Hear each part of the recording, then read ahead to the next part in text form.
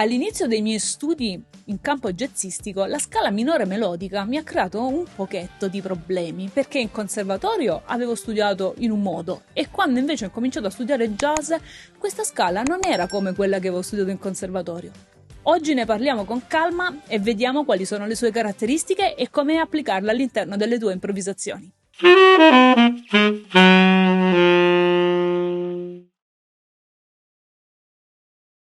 Ciao, io sono Emanuela, sono una sassofonista, una clarinettista professionista. Nella vita mi occupo di insegnamento, di formazione e di coaching. La scala minore melodica viene chiamata spesso Jazz Minor Scale e quest'ultima definizione è quella che a me piace di più perché non la confondo con la scala minore melodica che invece si studia in conservatorio. Io ho imparato a suonare in un conservatorio e in conservatorio quando facevo le scale minori melodiche erano delle scale ibride, salivano in un modo e scendevano nell'altro. Quando invece ho incominciato a studiare jazz si parlava sempre di scale minori melodiche, ma non erano come quelle che io avevo studiato in conservatorio e quindi questo all'inizio mi ha creato un pochino di confusione. Oggi andiamo a vedere che cos'è una scala minore melodica nella versione jazzistica e quali sono le sue peculiarità.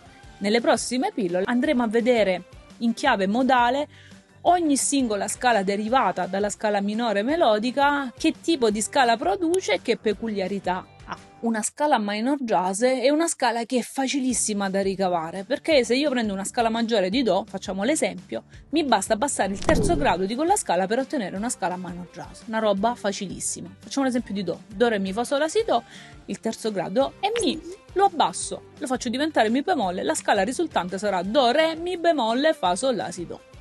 Una cosa proprio facile. Se sei arrivato fino a questo punto del video, evidentemente la scala melodic minor ti interessa davvero. E quindi, che ne dici di iscriverti al canale, lasciarmi un like o lasciarmi un commento?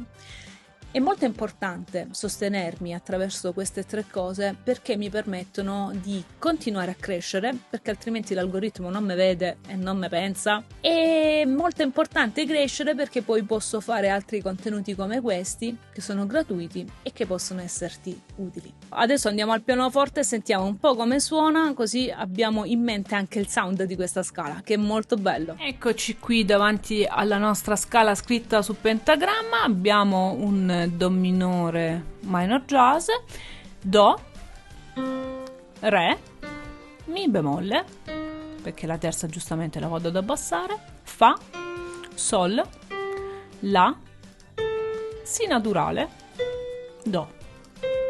Qualsiasi scala maggiore, se andiamo ad abbassare il terzo grado, otteniamo esattamente gli effetti che adesso andremo a vedere.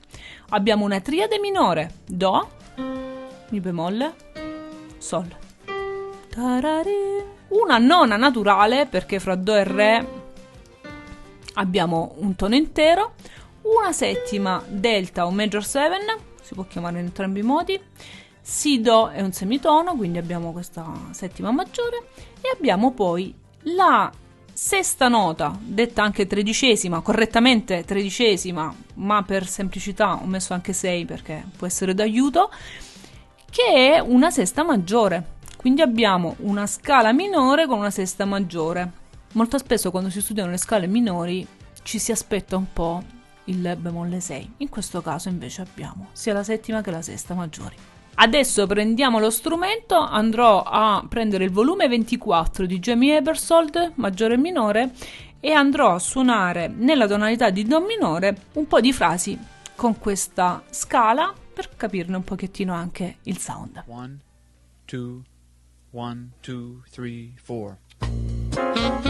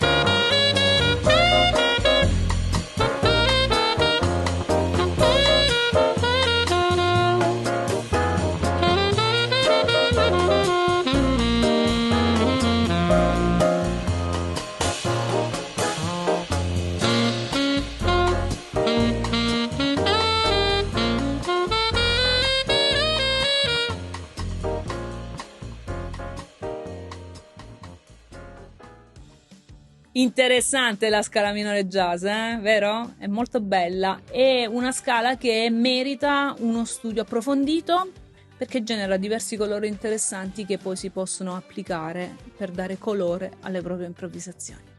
Bene, il primo modo della scala minor jazz l'abbiamo fatto. Poi faremo anche tutti gli altri man mano, però per il momento io ti saluto e ti do appuntamento.